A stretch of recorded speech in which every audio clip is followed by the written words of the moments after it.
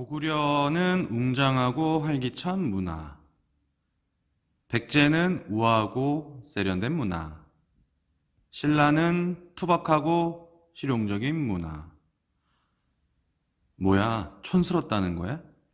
가야, 단정하고 보수적인 문화. 우리 아빠 같은 문화구만. 그럼 우리 반 2 아님 6반의 급푸는 뭘까?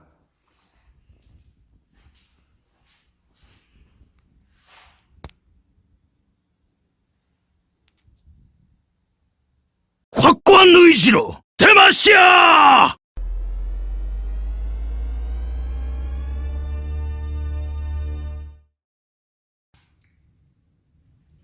여러분, 안녕! 역사로 밥벌이하는 쌀쌤이에요.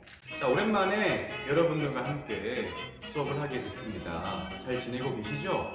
날씨가 지금 너무 아침 햇살이 너무 좋아요. 나가가지고 놀고 싶은데 여러분들 많이 답답하시죠? 하지만 이럴 때일수록 조금만 더 참고 우리 고난을 이겨내다 보면은 곧 만날 수 있는 날이 오지 않을까 그렇게 생각을 하게 됩니다. 네. 제가 최근에 허리를 좀 다쳐가지고요 촬영을 못했습니다.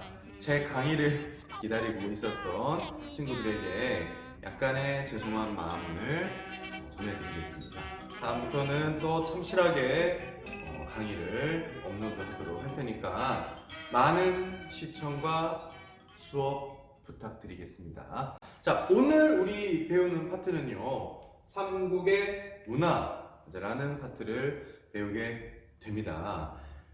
이 문화 파트는 각 나라의 역사를 배우고 난 다음에 가장 말미에 마지막으로 총정리하는 시간 겸 그때 당시의 그 국가의 특징을 알 겸 해서 반드시 짚어가는 그런 파트인데요. 제일 처음에 등장하는 게 그 나라에서 가장 관심이 많았다. 그 나라에서 가장 국가적인 차원에서 투자를 많이 했다라고 생각을 하시면 됩니다. 그러니까 이 삼국의 문화의 첫 번째 파트로 불교가 나왔다는 것은 그때 당시의 세 국가가 국가에서 주도적으로 불교를 밀어줬다 이렇게 보시면 되겠어요. 자, 그러다 보니까 많은 국가적인 재정적인 투자가 불교로 이어졌겠죠. 그러면은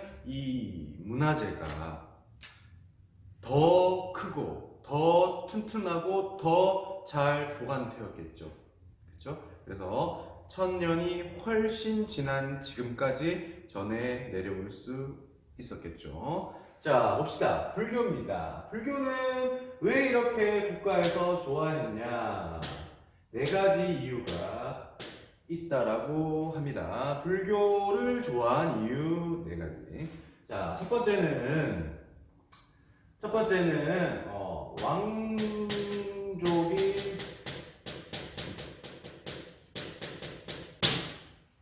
왕족 불교입니다, 여러분. 그러니까 왕이 곧 부처다 이렇게 표현을 한다고 하죠. 이걸 이제 뭐라고 하냐면 왕득불 사상이다.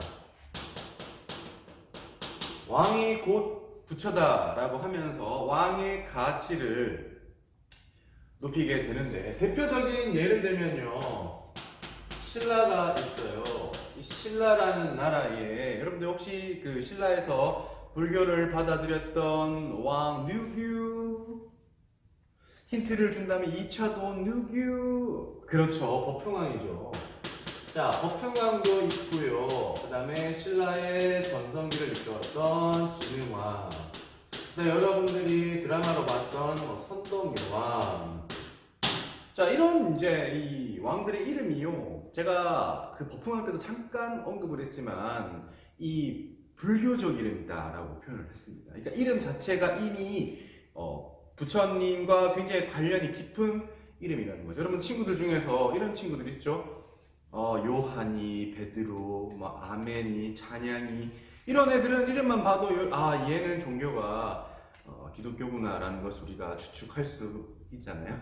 근데 이런 친구들을 많이 봤는데 김석가 뭐 이런 적은 본 적은 없는 것 같아요. 아이고. 아무튼 이렇게 해서 했다라는 거고요. 또 하나 더 적어 놓으면요, 여러분들 뭐 교과서에는 나오지 않지만 또 신라에서는요, 이게 첫 번째라고 한다면은 두 번째, 신라에서 또 뭘 하냐면은 진종설이라는 것을 사용했다라고 합니다. 이 진종설이라는 것은 석가모니의 집안과 그 신라의 왕족의 집안을 동일시 한다라는 겁니다. 네, 그래서 진짜로 이제 왕이 부처가 되려고 노력을 하는, 그렇게 가면서 백성들로부터 이제 그 권력을 이제 집중화하려는 그런 노력을 했다, 이렇게 보시면 되겠습니다. 자, 왕은 불교를 받아들여 이런 이제 왕권이 강해집니다. 그러면은 이제 귀족들은 뭐가 좋을까요? 불교를 받아들였을 때 귀족은 이제 여기서 요걸 받아들여요. 업사상이라는 게 있어요. 자, 업사상이라는 거는 여러분들 그 살아 생전에 그 지은 죄라든가 아니면 뭐 내가 살아 생전에 뭐 착한 일을 많이 했다라든가, 그러니까 살아가면서 일어나는 나의 모든 행동들을 업이라고 하는 겁니다. 보통 이제 귀족들 같은 경우에는 살면서 이제 뭐 너무 좋겠지만 죄도 많이 지었겠죠. 그래서 죽고 난 다음에 그런 사후 세계에 대한 불안감이라든가 이런 게 있을 텐데, 이 불교를 믿으면은 이 업이 없어지는 겁니다. 이 업을 씻어주고 새로운 이제 그 사후 세계를 맞이할 수 있다라면서 가르쳐 주면서 귀족들의 폭풍적인 지지를 받게 되는 이런 거죠. 죄 이제 더는 없어, 이렇게 되는 거죠. 업사상. 네. 아이고. 자, 그다음에 세 번째 불교는요, 호국 불교입니다. 자, 호국 불교는, 호국이라는 건 이제 호국후, 나라가 호랑이다라는 뜻은 아니고요.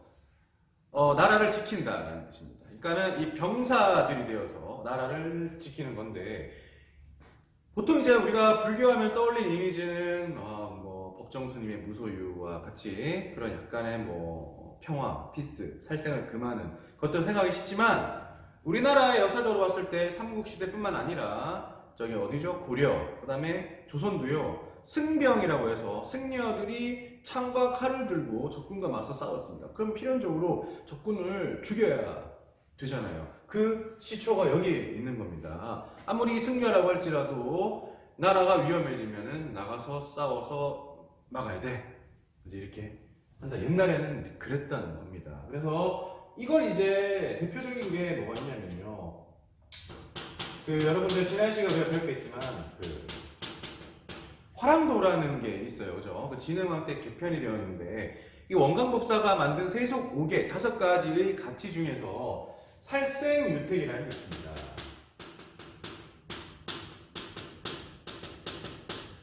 자, 살생유택. 살생은 할 수 있다. 살생을 할 수 있다. 택. 하지만 선택적으로 해야 돼. 아무나 죽이면 안 되고 꼭 필요에 의해서만 살생을 해야 돼. 이 말은 적을 죽이는 건 괜찮다, 이런 표현을 하게 되는 겁니다. 이해되셨죠? 자, 그 다음에 마지막으로 이제 백성들의 사상을 통일을 합니다. 국가의 사상을 통일을 함으로써 왕이 국가를 다스리는 데 있어서 굉장히 편하게 국가를 다스릴 수 있는 그런 시스템을 만드는 겁니다. 요거는 제가 옛날에 그 반찬 밥 먹을 때 설명했었죠. 저희 아버지가 힌두교고 저희 어머니가 이슬람교고 제가 뭐 기독교고 제 동생이 불교라면 무슨 일이 벌어지겠습니까? 저희 아버지는 힌두교이기 때문에 소고기를 안 먹고, 저희 어머니는 이슬람이기 때문에 돼지고기를 안 먹죠. 제 동생은 뭐 불교이기 때문에 고기를 안 먹는다면 저는 기독교이기 때문에 술을 안 먹는, 이런 일들이 벌어진다는 거죠. 밥 먹을 때마다. 근데 이런 것들 하나의 불교로 통일을 한다면 이제 이런 일들은 사라지고 평화가 찾아오게 되겠죠. 이 단적인 예를 드는 겁니다. 자, 그다음에 이제 우리는 이제 요거 하나만 짚어주고 갑시다. 고구려의 불교를 받아들인 왕은 소승왕이다. 백제의 불교를 받아들인 왕은 침류왕이다. 그 다음에 이 신라에서 받아들인 왕은 누구냐면 복통왕이다. 근데 이거 하나 더 알아두면 좋은 게 고구려와 백제 같은 경우에는 어쨌든 중국으로부터 불교를 받아들입니다. 고구려는 전진, 백제는 후진, 아이고 동진입니다. 동진. 요번에 우리 학교 체육 선생님 성함이 김동진 선생님이신데 이야기가 상관없는 네, 죄송합니다. 자, 신라는 어디서 받았냐면 고구려로부터 받았는데요. 요게 이제 시험에 많이 나오는 부분 중에 하나예요. 자, 이 세 나라 중에서 고구려로부터 불교를 받아들였던 나라는 누구인가? 왜 신라는 중국이 아니라 고구려로부터 불교를 받을 수밖에 없었는가가 시험에 아주 많이 나옵니다. 왜 그렇죠? 그렇죠. 뭡니까? 이 지리적 위점으로 동남쪽에 꽁겨 있기 때문에 이제 중국으로 갈 수 있는 교역로가 차단되어 있었기 때문에 한강 유역을 차지하고 나서야 중국과 직접 교역이 가능했다. 여기까지 여러분들이 생각을 할 수 있었다면은 Thank you very much 이렇게 보시면 됩니다. 자, 이제 우리는 두 번째 불상으로 갑니다. 불상은요 부처님의 모습을 조각한 거라고 보시면 되는데, 우리가 보통 이제 절에 혹시 놀러 가시면 알겠지만 보통 이제 금속으로 이렇게 되어 있죠. 황금빛 모양으로 이렇게 조각을 했지만 꼭 그게 아니라 여러 가지 재료를 사용해서 불상을 만들 수 있어요. 제일 처음에는 아마 나무로 만들었을 겁니다. 그죠? 나무로도 만들 수 있고요. 그 다음에 뭐 돌로도 만들 수 있고요. 아니면 금속으로도 만들 수 있는데, 이 나무로 만든 거는 지금 뭐 많이 있을까요? 없을까요? 그죠? 아직까지 1500년 전에 만들었던 게 나무로 된 게 아직까지 있을 확률은 좀 떨어진다라고 볼 수가 있습니다. 그죠? 자, 그래 나서 좀 가능성이 있는 게 석굴암에 있는 돌이라든가 금속 이런 것들이 있는데 뭐가 있는지 한번 보도록 합시다. 일단은 공통적으로요, 여러분들. 공통적으로 제일 많이 남아 있는 게 이거는 좀 외워두시는 게 좋습니다. 미륵보살 반가사유상. 자, 미륵보살 반가사유상. 이름 자체가 미륵은 미래에서 온다라는 얘기입니다. 근데 이제 보살님은요, 부처가 되기 전이라고 생각하시면 돼요. 그러니까 용 되기 전에 이묵이잖아요. 이묵이라고 생각하시면 돼요. 그러니까 아직 부처는 아니에요. 왜냐면 아직 미래가 안 왔잖아요. 부처는요, 미래에 오셔서 세상을 부처님의 나라로 바꾸는 그런 이제 부처를 말하는 건데, 아직 미래가 안 왔기 때문에 이 미륵 보살께서 아직 이제 미륵 부처님이 아니라는 거죠. 그러니까 미륵 보살께서 반가 이제 어정쩡하게 앉으셔서 사유 생각을 한다는 겁니다. 개인 이게 사자는 생각 사자거든요. 그래서 사진을 보시면은 이렇게 가지고 이렇게 생각을 하고 있습니다. 네. 여러분, 서양에도 이런 비슷한 그림 있잖아요. 로댕에 생각하는 사람, 그쵸? 그 생각하는 사람이 이 우리나라의 반가사유상을 보고 영감을 얻어서 조각하지 않았을까라는 헛된 망상을 해봅니다. 네. 자, 아무튼 이런 게 고구려도 많고요, 백제도 많고요, 신라도 많았는데 이게 더 대박인 거는요, 일본으로 가서 전해집니다. 그래서 고류사에 가면은 이 미륵보살 반가사유상이 이 나무로 된 게 존재하고 있다라고 합니다. 자, 요거 하나 알아두시고요. 공통이고요. 자, 그 다음에 고구려입니다. 자, 고구려는 뭐가 있냐면요, 금동 영가 7년명 열의 입상이 있어요. 이게 어렵죠? 금동 영가 7년명 열의 입상. 자, 이거 이름이 어려운데 여러분들 이건 어렵지 않아요. 뭐냐? 금동인데 영가 7년명이라는 게 적혀 있다라는 겁니다. 이 입상에 뒤에 글자로 연가 7년 명이라고 써놨다는 거예요. 뭔 말입니까? 이 연가 이 불상이 그 제작되어 있는 시기가 적혀 있는 거고요. 열에는 서계시, 입상은 이제 서계신당 이렇게 보시면 됩니다. 그래서 금동 연가 7년명 열의 입상 그림 보시면 되겠고요. 자, 이제 우리는 어디로 가냐면요, 이제 백제로 갑니다. 백제는 이제 여러분 혹시 이런 단어 들어보셨어요? 백제의 미소라는 단어 들어보셨습니까? 굉장히 인자한 부처님의 미소를 그리고 있는 건데, 이 백제의 미소가 나오게끔 해주는 문화재가 마의 삼존불이에요.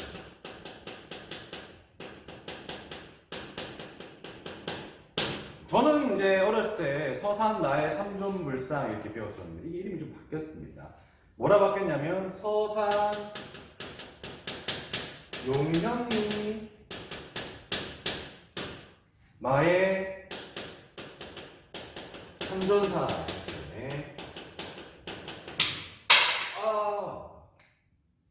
삼존상이라고 이름이 바뀌었습니다.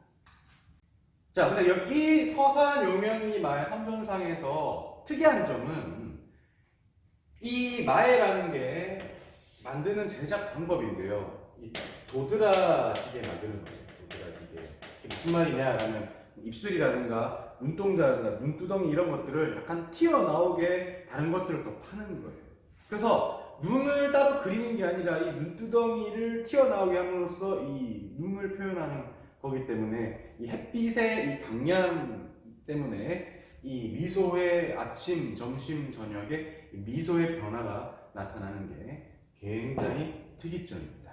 그래서 가서 직접 보시면은 아침부터 저녁까지 거기 있어가지고 뭐 보기는 어렵겠고, 이 박물관에서 만들어 놨습니다. 이쪽에다가 빛을 틀었다가 이쪽에다 빛을 틀었다가 이쪽에다 빛을 틀으면서 햇빛의 방향에 의해서 인상이 바뀌는 백제의 미소를 여러분들 보실 수가 있습니다. 자, 그럼 신라는 뭐 패스 없습니다. 자, 이제 우리는 탑으로 가겠습니다. 자, 탑은요 고구려는 탑이 없어요. 탑이 실제로 없었겠습니까? 아직까지 우리나라에 전해지는 게 없다. 이렇게 보시면 되고요. 자, 백제가 이제 탑이 많아요. 유명한 탑이 두 가지가 있는데, 하나가 뭐냐면요, 미륵사지 탑.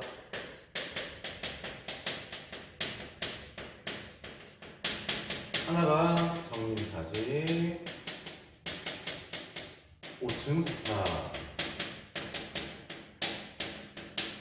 여러분, 이 미륵사지 석탑은요 좀 알아두셔야 됩니다. 왜냐면요, 여기에는 굉장히 아름다운 러브 스토리가 담겨져 있거든요. 이 미륵사를 만들었을 때 왕이 누구냐면 백제 무왕입니다. 근데 무왕이 어렸을 때 신라로 넘어가서 그 신라 공주를 보게 되는데, 그 공주의 이름이 이 선아였습니다. 이 선아를 보면 한눈에 이제 반하게 되죠.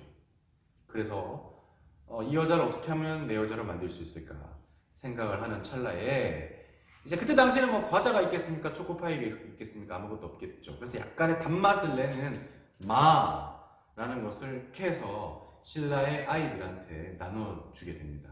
아이들한테 마를 주면서 노래를 가르치죠. 얼레리 꼴레리 얼레리 꼴레리 얼레리 꼴레리 얼레리 꼴레리, 신라의 선아공주는 거지 새끼란 얼레리 꼴레리, 이런 노래를 막 가르치는 겁니다. 아이고, 약간 야한 노래를 가르치지 않았을까 추측을 해봅니다. 자, 그랬더니 이 노래가 삽시간에 퍼져서 누구의 귀에까지 가게 되냐면 신라 왕의 귀에까지 가게 되는 거예요. 진평왕. 진평왕이 화가 났겠죠. 감히 내 딸이 지 친언 가장 큰 언니 이 선덕이는 그렇게 지금 잘하고 있는데, 이 선덕이는 잘하고 있는데 선아 얘는 왜 이러는 거야 대체. 그러면서 화가 나서 이 선아 공주를 내쫓아 버립니다. 그러면 쫓겨나니까, 울면서 막 쫓겨나니까는 뒤에 이제 백제 왕자가 이렇게 이리 보세요 데리고 가서 결혼을 했다라는 겁니다. 그리고 나서 이제 이 사랑의 표현으로 미륵사라는 절을 지었다라는 게 지금까지의 학설이었고, 우린 이 러브 스토리를 서동요라고 합니다. 들어봤죠? 근데 이게 최근에 뭐가 발견됐는데요. 이 미륵사지 석탑이 시간이 지나면서 약간 이렇게 삐뚤음해지면서 막 이렇게 무너져 내리려는 그런 상황이라서 현대 과학 기술을 이용해서 해체했다가 다시 복원하는 산업을 했어요. 그러니까 일일이 하나씩 다 뜯어가지고 새롭게 보강 작업을 하는 그 찰나의 중심부에서 글자가 나옵니다. 그게 서택이라는 글자입니다. 이건 뭐냐? 탑의 주인이 써져 있는 거죠. 그 말즉슨 사택이라는 건 유명한 그 백제의 귀족성입니다. 얘 왜 유명한 백제 귀족의 성이 여기 있겠습니까? 그렇죠. 무왕이랑 이 사택에 있는 집안의 딸과 결혼을 했다. 그죠? 그러면 이 무왕은 선화공주랑 결혼한 게 아니라 누구랑 결혼한 겁니까? 사택이랑 결혼을 해서 사택을 사랑해서 절을 지었다. 그러니까 이 미륵사는 러브 스토리가 아니었다. 우리가 알고 있는 소동요는 개뻥이다 이렇게 되는 겁니다. 그래서 이게 나온 지가 얼마 안 됐어요. 그래서 이 참 고대사 역사는 참 재밌는 부분인 것 같아요. 여러분들도 나중에 역사를 좀 많이 발굴할 수 있는 그런 사람들이 되어서 새로운 역사를 재창조하는 일이 있기를 기도하겠습니다. 자, 아무튼 그래요. 그래서 여기 있고요. 정림사지 5층 석탑. 그러니까 돌로 만든 탑이 아직까지 보관이 잘 되겠죠. 아무래도 남은보다는. 자, 그다음에 우리는 신라로 넘어갔는데, 신라는요 황룡사 9층 목탑이 있습니다. 네, 맞아요. 이게 목탑이잖아요. 목탑이라는 건 나무로 만들어져 있기 때문에 지금까지 있을 확률이 높다. 안타깝게도 고려 때 몽골군이 침략을 해서 소실됩니다. 소실이라는 건 불에 탔다 이렇게 보시면 되고요. 아무튼 문화재는 파괴가 됐고 지금 여기는 이제 황룡사의 터만 남아 있어요. 터만 남아 있는데 기록에 의하면 이 황룡사 구축 목탑이 어마어마하게 높았다라고 합니다. 지금도 경주 가면은 복원을 했습니다. 그러니까 탑만 엄청 높아요. 엄청 높게 잘 만들어놨고 이걸 만든 왕이 선덕왕입니다. 시험에 많이 나오는데 황룡사 구축 목탑을 만든 왕은 선덕왕인데요, 여러분. 황룡사를 만든 왕은 진흥왕이에요. 많이 헷갈리죠. 황룡사라는 절을 만든 사람은 진흥왕이지만 황룡사 구축 목탑을 만든 사람은 선덕왕이다. 이렇게 보시면 되고 고려 시절에 불에 타서 없어졌다. 자, 두 번째는요 분황사 탑이 있습니다.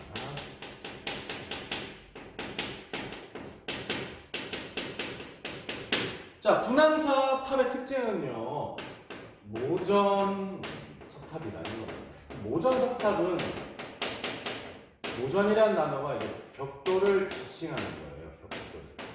원래 우리나라의 그 탑은요 대부분 큰 돌을 갖고 와서 깎아 가지고 만드는 거예요. 큰 바위를 갖고 와서 깎아서 얹고 깎아서 얹고. 그러니까 뭐 5층 석탑이면은 바위 한 5개만 있으면 되겠죠. 그렇죠? 근데 이제 이 벽돌 석탑은요 약간 중국 스타일의 석탑인데 벽돌을 갖고 와서 아파트 올라가는 것처럼 하나하나 이렇게 쌓는 이제 그런 것들을 말하는 겁니다. 그러니까 요거는 중국과 영향을 받지 않았을까 이렇게 해석을 하면은 되겠습니다. 자, 여기까지가 이제 불교입니다. 불교의 정말 엄청난 내용을 제가 다 이 불상과 탑과 함께 수업을 했었죠. 여러분 잘 한번 교과서 함께 보시고요. 자, 이제 도교로 갑니다. 자, 도교는 신성사상입니다. 불로장생. 인간은 누구나 오래 사는 것을 원하기입니다. 인간의 유명한 3대 거짓말이 있대요. 3대 거짓말인가? 4대 거짓말인가? 그러니까 첫 번째 하나가 이제 할머니 할아버지들이 아이고 늙으면 죽어야지 요거랑 그 노총각 노처녀들이 나 결혼 안 할래 결혼하기 싫어 요거랑 그 다음에 장사꾼들이 이거 손해보고 파는 거예요. 이게 3대 거짓말이라고 합니다.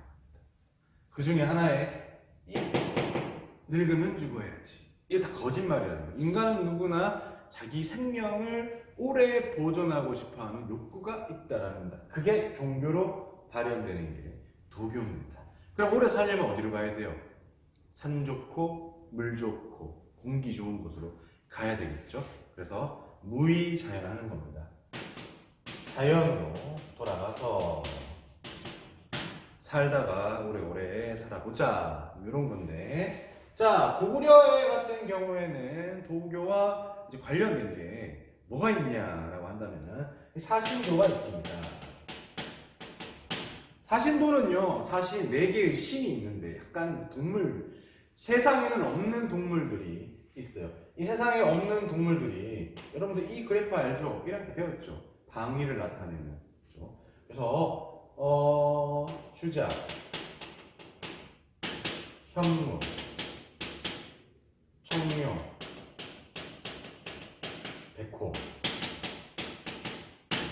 4개의 이 신들이 이렇게 방향을 막아주는 그림이 굉장히 많이 나오게 됩니다. 고구려의 영토를 이 사신들이 막아준다 라고 하면서 이렇게 약간의 도교적인 영향이 있고요. 백제 같은 경우에도 산수문전이라는 게 있습니다.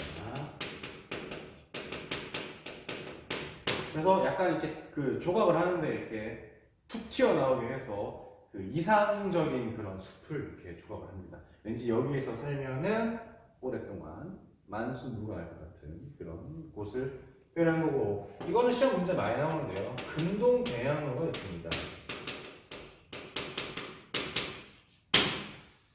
자, 인트로에 잠깐 보시면은 백제는 화려하고 귀족적이고 세련됐다. 요게 얘 때문에 나오는 겁니다. 이 문화재 그림을 보시면요, 굉장히 화려하게 잘 만들어 놨다라고 보시면은 되고, 그 꽃봉오리가 이제 많이 나오는데 그 꽃봉오리 형태가 이제 이상적인 그 세상을 표현하게 됩니다. 여기에서 살면 평생 죽지 않을 것이다. 이 산신령이 되는 것이죠. 그죠? 자, 그 다음에 이제 도교, 이제 신라교, 좀 직접적인데, 화랑도가 등장을 하는데요. 이게 지금으로 치면은 보이스카우트잖아요. 남자들이 모여서 심신을 단련하고 학문을 정진을 해서 훌륭한 인재가 되어서 국가를 위해서 쓸모 있는 사람이 되자라는 건데, 얘네들이 이제 심신을 수양하는 장소가 자연입니다. 자연에서 수양을 하는데, 그래서 호연지기를 기른다 이렇게 보시면 됩니다. 그러니까 좋은 데 가서 하는 거죠. 선생님도 옛날에 교사가 되기 위해서 이제 임용고사라는 공부를 해야 되는데, 공부가 안 될 때는 이제 할머니 집에 가서 일주일 동안 있다고 그랬어요. 할머니 집에는 정말 깡촌이거든요. 아무것도 없어. 거기서 앉아가지고 할머니가 주는 밥 먹으면서 호연지기를 기르는 것이죠. 네, 그렇습니다. 그래서 그런 식으로 해서 이제 도교와 연관이 있다 이렇게 보시면 됩니다. 네, 여러분 수업이 어떠셨어요? 지금 우리가 미친 듯이 달려왔죠. 불교, 불산, 탑, 도교 이렇게 달려왔습니다. 다음 시간에는요, 여러분들 이제 뭘 배울 거냐면 이제 역사, 그 다음에 무덤, 고분이죠. 역사와 무덤, 그 다음에 음악, 그 다음에 유교까지 해서 진도를 나가보도록 하겠습니다. 여러분들 제가 수업을 하는데 잘 듣고 계시죠? 네. 이렇게 학생들이 없는 데서 수업을 하는 게 좀 많이 어색합니다. 하지만 여러분들이 수업을 얼마나 듣는지를 저는 다 알 수가 있어요. 평균 시청 시간이라는 게 있거든요. 그게 너무 저조합니다. 그러면 제가 이 영상을 제작하는데 굉장히 힘이 빠지겠죠? 그래서 여러분들 저에게 힘을 줄 수 있는 그런 열심히 공부하는 학생이 되어주시기를 바라겠습니다. 여러분 안녕.